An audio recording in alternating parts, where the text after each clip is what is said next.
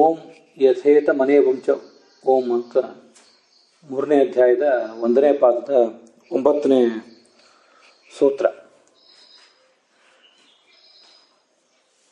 ಯಥೇತಮೇವ ಗಚ್ಚತಿ ಯಥೇತಮಾಗಚ್ಚತಿ ಸ ಭುಂಕ್ತೆ ಸ ಕರ್ಮ ಕುರುತೆ ಸ ಪರಿವರ್ತತೆ ಇತಿ ಗತಿ ಪ್ರಕಾರೇಣ ಆಗತಿ ಪ್ರತೀಯತೆ ಅಥೋ ಬ್ರೂತೆ ಯಥೇತಮನೆ ವಂಚ ಅಂತ ನಾನು ಓದಿದ್ದು ಬ್ರಹ್ಮಸೂತ್ರ ಭಾಷ್ಯದ ವಾಕ್ಯಗಳು. ಅಲ್ಲಿ ಬಂದಿರುವಂಥ ಒಂದು ವೇದವಾಕ್ಯವನ್ನು ಓದಿದೆ. ಈಗ ಹೇಳಿರುವಂಥ ವೇದವಾಕ್ಯ ಅದು ಈ ಸೂತ್ರಕ್ಕೆ ಹಿನ್ನೆಲೆಯಾಗಿ ಬಂದಿರುವಂಥದ್ದು. ತತ್ವಮಂಜರಿಯಲ್ಲಿ 12ನೇ ಗದ್ಯ ಭಾಗದಲ್ಲಿ ನನು ಅಥಾಪಿ ಅನ್ನೋದರಿಂದ ಆ ಹಿನ್ನೆಲೆಯನ್ನ ಹೇಳಿದ್ದಾರೆ ರಾಘವೇಂದ್ರ ಸ್ವಾಮಿಗಳು. ನನು ಅಥಾಪಿ ಕರ್ಮಿ ಏನ ಮಾರ್ಗೇಣ ಸ್ವರ್ಗಾದಿ ಲೋಕಂ ಗತಃ ತೇನೇವ ಮಾರ್ಗೇಣ ಭೂಲೋಕಂ ಪ್ರತ್ಯಾಗಚ್ಚತೆ. ಕರ್ಮಿ ಅಂದ್ರೆ ಕರ್ಮವನ್ನು ಮಾಡುವ ಜೀವ,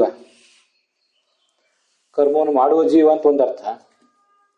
ಇನ್ನೊಂದು ಸದಾ ಕರ್ಮಗಳನ್ನು ತನ್ನ ಬೆನ್ನಿಗೆ ಕಟ್ಟಿಕೊಂಡೇ ಇರುವಂತಹ ಜೀವ. ಎಂದೂ ಮುಕ್ತಿಗೆ ಹೋಗೋ ತನಕನೂ ಅವನಿಗೆ ಕರ್ಮಗಳ ಬಂಧನ ಎಂದೂ ಸಡಿಲ ಆಗೋದೇ ಇಲ್ಲ. ಆದ್ರಿಂದ ಅವನ ಕರ್ಮಿ ಅಂತ ರಾಘವೇಂದ್ರ ಸ್ವಾಮಿ ಹೇಳಿದ್ದಾರೆ. ಅಂಥ ಜೀವ ಏನ ಮಾರ್ಗೇಣ ಸ್ವರ್ಗಾದಿ ಲೋಕಂ ಗತಃ, ಯಾವ ಮಾರ್ಗದ ಮೂಲಕ ಸ್ವರ್ಗಾದಿ ಲೋಕಗಳಿಗೆ ಹೋದ್ನೋ ತೇನೇವ ಮಾರ್ಗೇಣ ಭೂಲೋಕಂ ಪ್ರತ್ಯಾಗಚ್ಚತೆ, ಮರಳಿ ಭೂಲೋಕಕ್ಕೆ ಬರುವಾಗಲೂ ಹಾಗೇ ಬರ್ತಾನೆ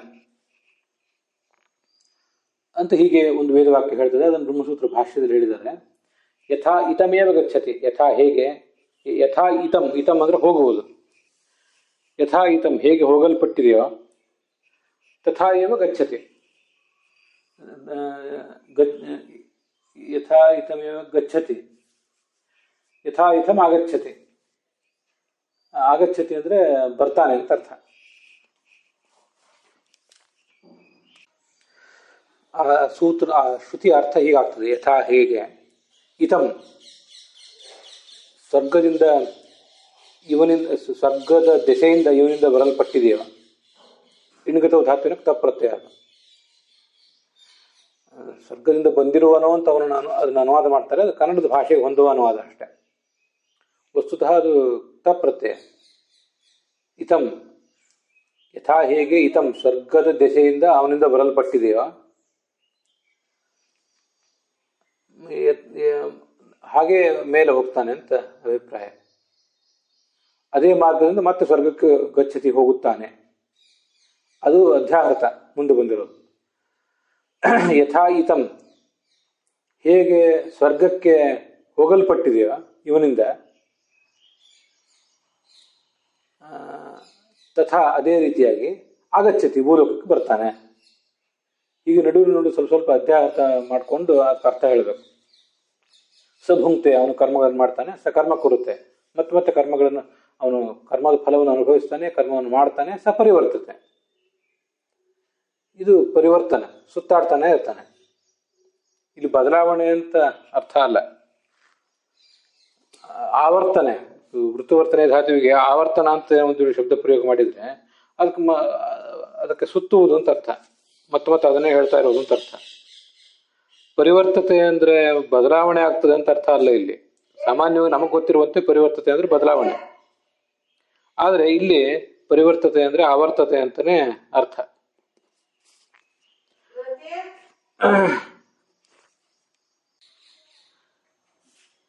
ಹೀಗೆ ಪರಿವರ್ತತೆ ಅಂದ್ರೆ ಅಲ್ಲೇ ಸುತ್ತಾಡ್ತಾ ಇರ್ತಾನೆ ಅಂತ ಅರ್ಥ.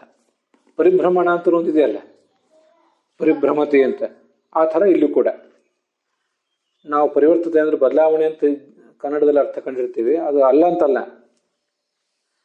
ಅದು ಕನ್ನಡ, ಅದು ಸಂಸ್ಕೃತದಲ್ಲಿದೆ. ಆದರೆ ಇಲ್ಲಿ ಈ ಥರದ ಅರ್ಥ.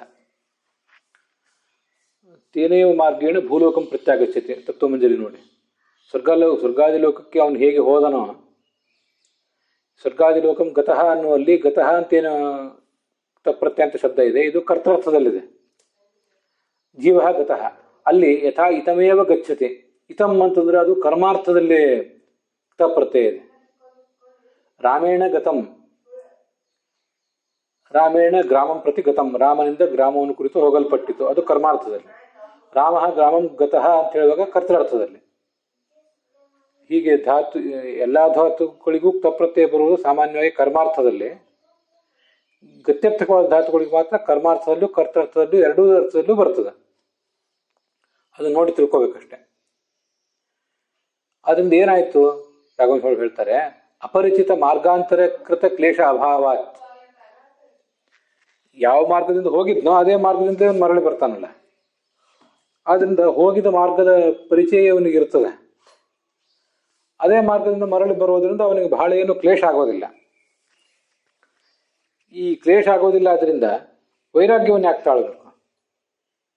ಕ್ಲೇಶ ಅಭಾವಾಚ ಅತೀವ ಕರ್ಮಾದವು ವೈರಾಗ್ಯಂ ನ ವಿಧೇಯಂ. ಏನು ಅಷ್ಟೊಂದು ನೀವು ಹೇಳಿದಷ್ಟು ಏನು ವೈರಾಗ್ಯ ಅಷ್ಟೇನು ತಾಳ್ಬೇಕಾಗಿಲ್ಲ. ಅಂದ್ರೆ ಆ ಮಾತಿನ ಧಾಟಿಯಲ್ಲಿ ಸ್ವಲ್ಪ ವೈರಾಗ್ಯ ಬೇಕು ಅಂತ ಅವರು ಒಪ್ಕೊಂಡಂಗೆ ಕಾಣಿಸ್ತದೆ. ಪ್ರಶ್ನೆ ಅದು. ಯಾರೋ ಇನ್ನೆಲ್ಲರೂ ಯಾರೋ ವಾದಿಗಳು ಮಾಡ್ತಾರೆ ಅಂತಲ್ಲ, ಕೆಲವು ಶಿಷ್ಯರ ಜಿಜ್ಞಾಸೆಯೂ ಇರ್ತದೆ. ಅಂತವರು ಕರ್ಮದ ಮೂಲಕ ಮತ್ ಹೋಗ್ತಾ ಇರ್ತಾನೆ ಬರ್ತಾ ಇರ್ತಾನೆ ಅಂತ ಒಪ್ಕೊಂಡಿದ್ದಾರೆ. ಪೂರ್ಣ ಕರ್ಮಗಳನ್ನು ಕಳ್ಕೊಳ್ಳೋದಿಲ್ಲ ಮುಕ್ತಿಯ ತನಕ ಅಂತನೂ ಒಪ್ಪಿದ್ದಾರೆ. ವೈರಾಗ್ಯ ಯಾಕಬೇಕು ಅಂತ ಪ್ರಶ್ನೆ. ಇತ್ಯತಃ ಪ್ರಾಪ್ತಂ, ಇದಕ್ಕೆ ಉತ್ತರ ರೂಪವಾಗಿ ಯಥೇತ ಮನೆ ವಂಶ ಅನ್ನೋ ಸೂತ್ರ ಹೊರಟಿದೆ. ಅದರ ಅರ್ಥವನ್ನು ಕೂಡ ಶುಭೇನ ಕರ್ಮಣ ಸ್ವರ್ಗಂ ನಿರಯಂಚ ವಿಕರ್ಮಣ ಅನ್ನೋದ್ರಿಂದಲೇ ಆಚಾರ್ಯರು ಸಂಗ್ರಹಿಸಿದ್ದಾರೆ. ಅದಕ್ಕೆ 13ನೇ ಗದ್ಯ ಭಾಗದಲ್ಲಿ ಅರ್ಥ ವಿವರಿಸ್ತಾರೆ ರಾಘವೇಂದ್ರ ಸ್ವಾಮಿಗಳು. ಸ್ವರ್ಗಂ ಅಸ್ವರ್ಗಂ ಚ ಇತಿ ದ್ವೇಧಾ ಚ ಪದಚ್ಛೇದ. ಹಿಂದೆ ಕೆಲವು ಕಡೆ ಏನು ಮಾಡ್ಕೊಂಡಿದ್ವಿ, ಶುಭೇನ ಕರ್ಮಣ ಸ್ವರ್ಗಂ ಅನ್ನುವಲ್ಲಿ ಪುಣ್ಯಕರ್ಮದ ಮೂಲಕವಾಗಿ ಸ್ವರ್ಗಕ್ಕೆ ಹೋಗ್ತಾನೆ, ಮೂಲಕವಾಗಿ ಅಂತ ಅರ್ಥ ಮಾಡಿದ್ವಿ. ಮೂಲಕ ಅಂತ ಅರ್ಥ ಆದಾಗ ಸ್ವರ್ಗಕ್ಕೆ ಹೋಗ್ತಾನೆ ಅಂತ ಅರ್ಥ. ಆಮೇಲೆ ಶುಭೇನ ಕರ್ಮಣ ಸ್ವಹ ಅಸ್ವರ್ಗಂ ಭೂಲೋಕಂ ಆಗಚ್ಚತೆ ಅಂತ ಹೀಗೊಂದು ಅರ್ಥ ಮಾಡಿದ್ವಿ. ಹೀಗೆ ಒಂದರ್ಥದಲ್ಲಿ ಸ್ವರ್ಗ, ಮತ್ತೊಂದು ಅರ್ಥದಲ್ಲಿ ಅಸ್ವರ್ಗ ಅಂತೆಲ್ಲ ಪದಚ್ಛೇದ ಮಾಡಿಕೊಂಡು ನಾವು ಬೇಕಾದ ಅರ್ಥವನ್ನು ಪಡ್ಕೊಂಡಿದ್ವಿ. ಇಲ್ಲಿ ಸ್ವರ್ಗಂ ಅಸ್ವರ್ಗಂ ಚ ಅಂತ ಎರಡೂ ರೀತಿಯಾಗಿ ಪದಚ್ಛೇದ ಮಾಡಿದ್ವಿ.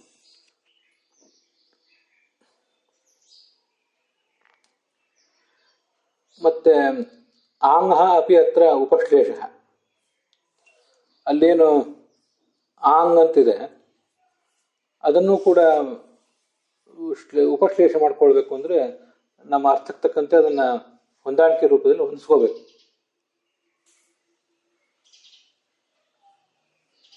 ಅದಕ್ಕೆ ಅರ್ಥ ಏನು ಅಂತ ಮುಂದೆ ಹೇಳ್ತಾರೆ. ಅದಕ್ಕೆ ಸ್ವಲ್ಪ ಅಂತ ಈಗ ಅರ್ಥ ಅಂತ ಅನ್ನೋದ್ರೆಲ್ಲ ಮುಂದೆ ಹೇಳ್ತಾರೆ. ಈಶತ್ ಎಂಬ ಅರ್ಥದಲ್ಲಿರುವ ಆ ಎಂಬುದನ್ನ ಅಲ್ಲಿ ಇಟ್ಕೋಬೇಕು ಅಂತ ಅರ್ಥ. ಯಥಾ ತಥಾ ಅನ್ನೋದನ್ನು ಸೇರಿಸ್ಕೊಳ್ಬೇಕು ಶೇಷ. ಅದರಿಂದ ಏನಾಯ್ತು ಒಟ್ಟಾರೆ ಅಂದ್ರೆ ತಥಾಚ ಒಟ್ಟಾರೆ ಹೀಗರ್ಥ. ಶುಭೇನ ಕರ್ಮಣ ಸ್ವರ್ಗಂ ಯಥಾ ಏನ ಮಾರ್ಗೇಣ ಯಾತೆ. ಶುಭ ಕರ್ಮದ ನಿಮಿತ್ತದಿಂದಾಗಿ, ಇಲ್ಲಿ ನೋಡಿ ಸಹ ಅಂತ ಅರ್ಥ ಅಲ್ಲ, ಇಲ್ಲಿ ನಿಮಿತ್ತ ಅಂತ ಅರ್ಥ. ಶುಭ ಕರ್ಮದ ನಿಮಿತ್ತದಿಂದಾಗಿ ಸ್ವರ್ಗಕ್ಕೆ ಅಂದ್ರೆ ಸ್ವರ್ಗವನ್ನು ಕುರಿತು, ಯಥಾ ಅಂದ್ರೆ ಏನ ಮಾರ್ಗೇಣ ಯಾತಿ ಹೋಗ್ತಾನೋ ಈ ಜೀವ, ಅಸ್ವರ್ಗಂ ಅಸ್ವರ್ಗ ಅನಿಸಿರುವ ಭೂಲೋಕವನ್ನು ಚ ಕೂಡ ಈಶತ ಆ ಅಂತಿದೆಯಲ್ಲ, ಆ ಅಂತ ಅನ್ನೋದನ್ನ ಸ್ವಲ್ಪ ಹೀಗೆ ಬಿಡಿಸಿ ಓದಬೇಕು. ಆ ಅಂದ್ರೆ ಈಶತ್ ಸ್ವಲ್ಪ ಅದೇ ಬರುವಾಗ ಸ್ವಲ್ಪ ಅದೇ ಮಾರ್ಗ, ಆದ್ರೆ ಪೂರ್ಣ ಅದೇ ಮಾರ್ಗ ಅಲ್ಲ ಅಂತ ಹೀಗರ್ಥ. ಶುಭೇನ ಕರ್ಮಣ ಸ್ವರ್ಗಂ ಅಂತಿದೆಯಲ್ಲ, ಅಲ್ಲಿ ಆ ಅಂತ ಇದು ಇರೋದನ್ನ ಅರ್ಥ ಮಾಡ್ಕೋಬೇಕು. ಶುಭೇನ ಕರ್ಮಣ ಆ ಅಸ್ವರ್ಗಂ, ಶುಭೇನ ಕರ್ಮಣ ಆ ಸ್ವರ್ಗಂ ಮತ್ತು ಅಸ್ವರ್ಗಂ ಎರಡು ಥರ ಪದಚ್ಛೇದ ಮಾಡಬೇಕು. ಹಾಗಾಗಿ ಆ ಅಂದ್ರೆ ಈಶತ್ ಅಂತ ಅರ್ಥ, ಸ್ವಲ್ಪ ಅಂತ ಅರ್ಥ. ಹೀಗೆ ಮರಳಿ ಬರುವಾಗ ಹಿಂದೆ ಯಾವ ಮಾರ್ಗದಿಂದ ಹೋಗಿದ್ನೋ ಅದೇ ಮಾರ್ಗದಿಂದ ಸ್ವಲ್ಪ ಬರ್ತಾನೆ, ಆದರೆ ಪೂರ್ಣ ಅದೇ ಅಲ್ಲ.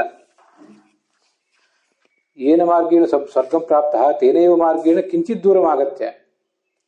ಮರಳಿ ಬರುವಾಗ ಸ್ವಲ್ಪ ದೂರ ಅದೇ ಮಾರ್ಗದಲ್ಲಿ ಬರ್ತಾನೆ, ತತಃ ಅರ್ವಾಂಗ್, ಅದಾದ ಮೇಲೆ ಮಾರ್ಗಾಂತರೇಣ ಭೂಲೋಕಂ ಯಾತಿ, ಅದರಿಂದ ಬರುವಾಗ ಪೂರ್ಣ ಅದೇ ಮಾರ್ಗ ಅಲ್ಲ. ಇದು ಧೂಮಾದಭ್ರಂ ಅಂತ ಹೀಗೆ ಭಾಷ್ಯದಲ್ಲಿ ಬಂದಿರುವಂತಹ ಒಂದು ಶ್ರುತಿಯ ಮೂಲಕ ನಮಗೆ ತಿಳಿದು ಬರ್ತದೆ. ಭಾಷ್ಯ ಅಂದ್ರೆ ಇದೇ ಸೂತ್ರದ ಭಾಷ್ಯ. ಇತಿ ಕಾಷಾಯಣ ಶ್ರುತೆ ಧೂಮಾದಭ್ರಂ ಅಭ್ರಾದ್ ಆಕಾಶಂ ಆಕಾಶ ಚಂದ್ರಲೋಕಂ ಯಥಾ ಇತಂ ಆಕಾಶಾತ್ ವಾಯುಂ ವಾಯೋಃ ಭೂತ್ವಾ ಧೂಮೋ ಭವತಿ ಅಂತ ಹೀಗೆಲ್ಲ ಮಾರ್ಗದ ವರ್ಣನೆ ಮಾಡಿದ್ದಾರೆ. ಆ ಭಾಷ್ಯದಲ್ಲಿ ಹೇಳಿದ ಮಾರ್ಗಕ್ಕನುಸಾರವಾಗಿ ಅಂತ ಅರ್ಥ. ಅದಕ್ಕೆ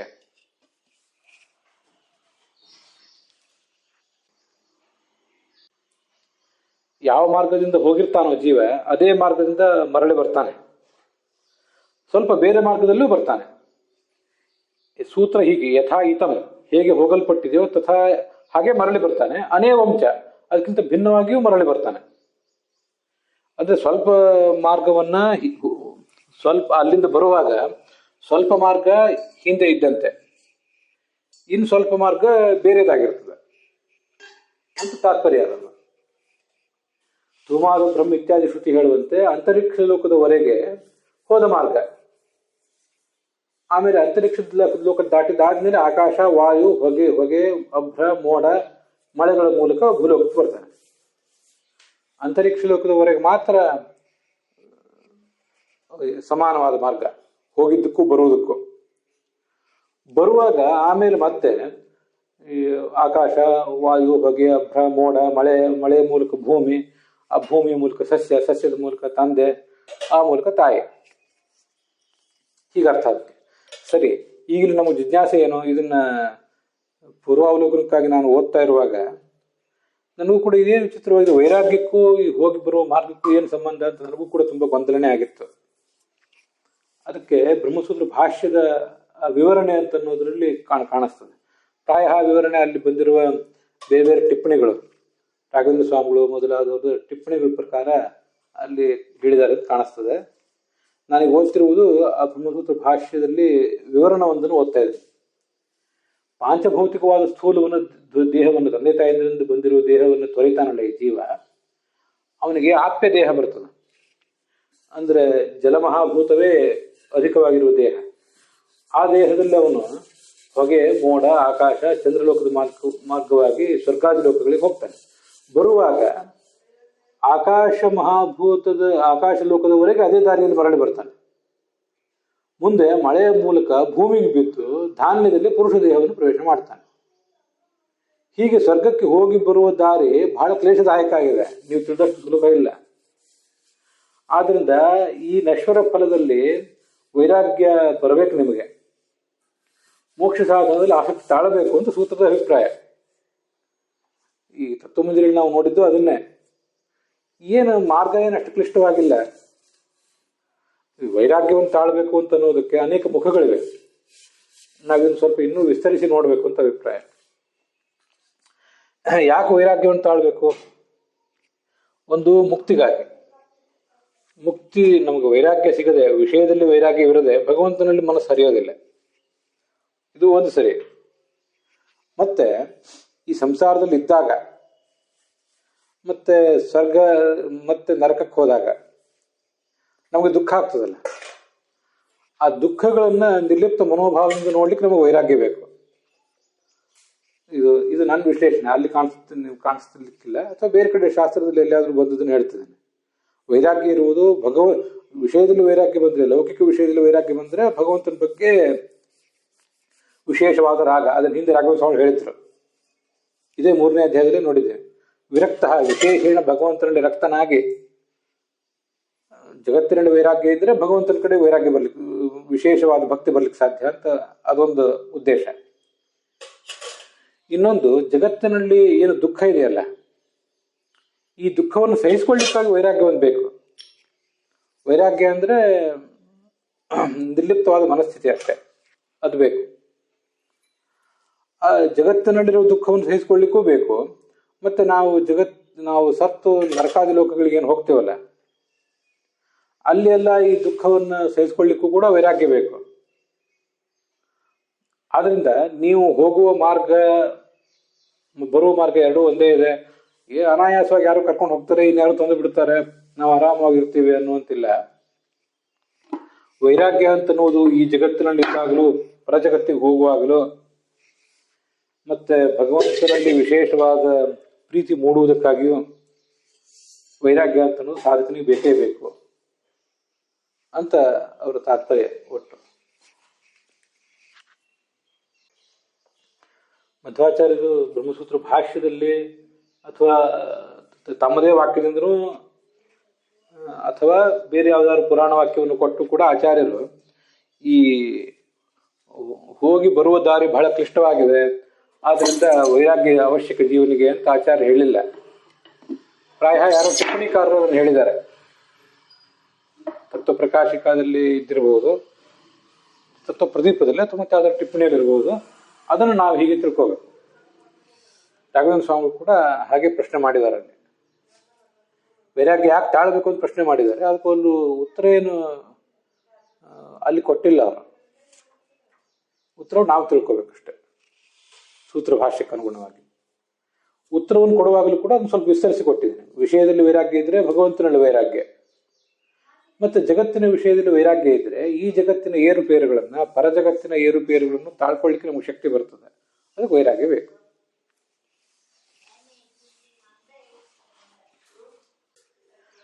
ಈ ವಿಷಯದಲ್ಲಿ ನನಗೆ ಮಹಾಭಾರತದ ಮಾತೊಂದು ನೆನಪಿಗೆ ಬರ್ತದೆ. ಅದನ್ನು ನಾವು ಈಗ ತಿಳ್ಕೊಂಡ್ರೆ ತುಂಬ ಚೆನ್ನಾಗಿರ್ತದೆ. ಈ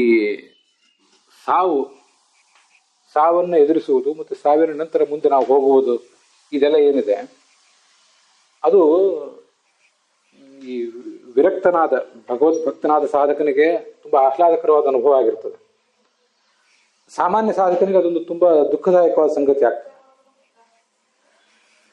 ಅದನ್ನ ಮಹಾಭಾರತ ಹೇಳ್ತದೆ. ಪ್ರಾಯೇಣ ಅಕೃತಕೃತ್ಯಸ್ತು ಮೃತ್ಯೋ ಉದ್ವಿಜತೆ ಜನಃ ಕೃತಕೃತ್ಯಾ ಪ್ರತೀಕ್ಷಂತೆ ಮೃತ್ಯುಂ ಪ್ರಿಯಮಿವಾತಿಥಿಂ.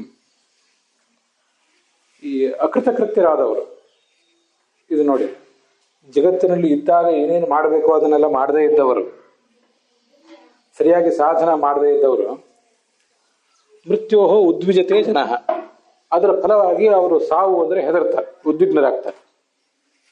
ಸಾವನ್ನ ನಾವು ಸಾಯ್ತೀವಿ ಅನ್ನೋದನ್ನ ಅವ್ರಿಗೆ ಕಲ್ಪಿಸ್ಕೊಳ್ಳಿಕ್ಕಾಗೋದಿಲ್ಲ. ಆದರೆ ಕೃತಕೃತ್ಯಾ ಪ್ರತೀಕ್ಷಂತೆ ಮೃತ್ಯುಂ ಪ್ರಿಯಮಿವಾತಿಥಂ. ಈ ಜಗತ್ತಿನಲ್ಲಿ ಜ್ಞಾನಭಕ್ತಿ ವೈರಾಗ್ಯಗಳಿಂದ ಸಂಪನ್ನವಾದ ಜೀವನವನ್ನು ನಡೆಸಿದವರು ಸಾಯುವುದು ಅಂದ್ರೆ ಅದು ಪ್ರಿಯವಾದ ಒಬ್ಬ ಅತಿಥಿಯನ್ನ ಬರಮಾಡಿಕೊಂಡಂತೆ ಅಂತ ಅವರು ಅದನ್ನ ಪ್ರೀತಿಯಿಂದ ಸ್ವಾಗತಿಸ್ತಾರಂತೆ ಸಾವನ್ನು. ನಾವು ಅದನ್ನ ಇಲ್ಲಿ ಗಮನಿಸಿದ್ರೆ ಜ್ಞಾನಭಕ್ತಿ ವೈರಾಗ್ಯಗಳಿಂದ ಸಂಪನ್ನವಾದ ಜೀವನ ನಡೆಸಿ ಕೃತಕೃತ್ಯರಾದವರು ಯಾರಿದ್ದಾರೆ, ಮೃತ್ಯು ನಮ್ಮ ಬಳಿಗೆ ಬಂದ್ರೆ, ನಮ್ಮ ಮನೆ ಬಾಗಿಲಿಗೆ ಬಂದ್ರೆ ಆ ಮೃತ್ಯುವನ್ನ ಪ್ರಿಯದ ಅತಿಥಿ ಎಂಬಂತೆ ಸ್ವಾಗತಿಸ್ತಾರೆ. ಮತ್ತೆ ಅವನ ಪ್ರಿಯವಾದ ಮಿತ್ರನ ಜೊತೆಗೆ, ನಮ್ಮ ಪ್ರಿಯ ಮಿತ್ರನ ಜೊತೆಗೆ ನಾವು ಎಲ್ಲರೂ ಪ್ರಯಾಣ ಮಾಡುವಾಗ ಏನೂ ನಮ್ಗೆ ಉದ್ವೇಗ ಇರೋದಿಲ್ಲಲ್ಲ, ಹಾಗೆ ಆ ಅತಿಥಿಯಂತೆ ಅವನನ್ನು ಬರಮಾಡಿಕೊಂಡು ಅವ್ರ ಜೊತೆ ಹೊರಡ್ತಾರೆ. ಮತ್ತು ಮುಂದೆ ಪ್ರಿಯ ಮಿತ್ರನ ಜೊತೆಗೆ ಪ್ರಯಾಣ ಮಾಡುವಂತೆ ಆರಾಮವಾಗಿ ಹೋಗ್ತಾರೆ, ಬರ್ತಾರೆ ಕೃತಕೃತ್ಯರಾದವರು. ಆದರೆ ಜ್ಞಾನಭಕ್ತಿ ವೈರಾಗ್ಯಗಳಿಂದ ಸಂಪನ್ನವಾದ ಜೀವನ ನಡೆಸದೆ ಅಕೃತಕೃತ್ಯರಾದವರು ಹೇಳಿದ್ದಾರೆ, ಅವರಿಗೆ ಆ ಮೃತ್ಯುವನ್ನು ಪ್ರಿಯನಾದ ಅತಿಥಿಯಂತೆ ಬರಮಾಡ್ಕೊಳ್ಳಿಕ್ಕೂ ಆಗೋದಿಲ್ಲ. ಮತ್ತೆ